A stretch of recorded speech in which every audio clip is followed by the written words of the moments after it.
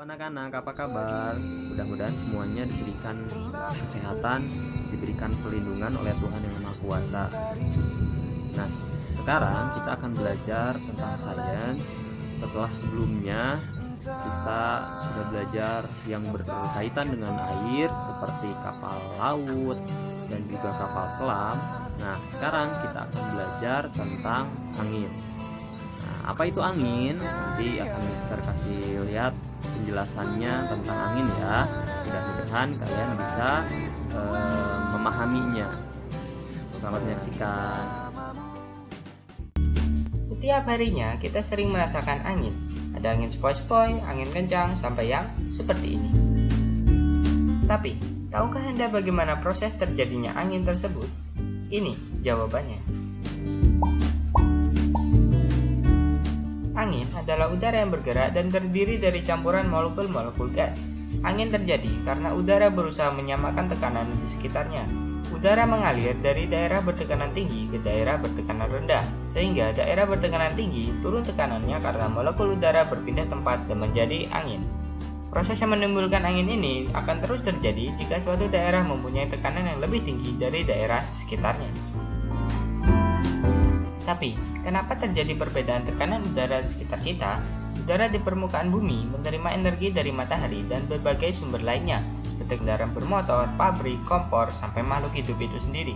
Udara yang menerima banyak energi panas kemudian memuai sehingga kerapatannya berkurang dan menurun tekanannya. Inilah yang menyebabkan perbedaan tekanan udara yang akhirnya akan menghasilkan angin. Terima kasih.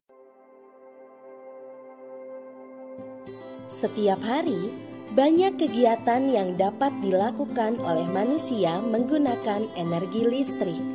Energi listrik ini digunakan manusia untuk memenuhi berbagai kebutuhan di siang maupun malam hari.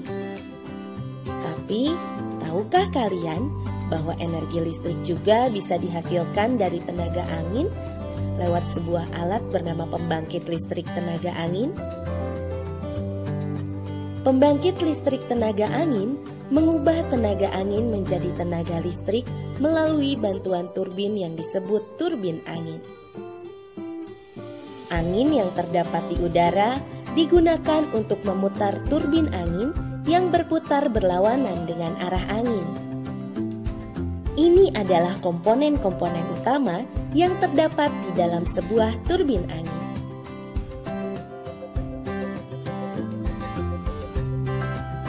Ketika turbin berputar, maka generator yang terdapat di dalam turbin angin ikut berputar sehingga menghasilkan arus listrik. Semakin banyak putaran pada turbin, semakin besar pula arus listrik yang dihasilkan. Tegangan listrik inilah yang disalurkan melalui kabel jaringan listrik sehingga dapat digunakan oleh masyarakat. Energi listrik yang dihasilkan oleh turbin angin bisa juga disimpan ke dalam baterai agar dapat digunakan untuk memenuhi kebutuhan listrik sehari-hari. Nah, itu tadi angin sebagai energi alternatif.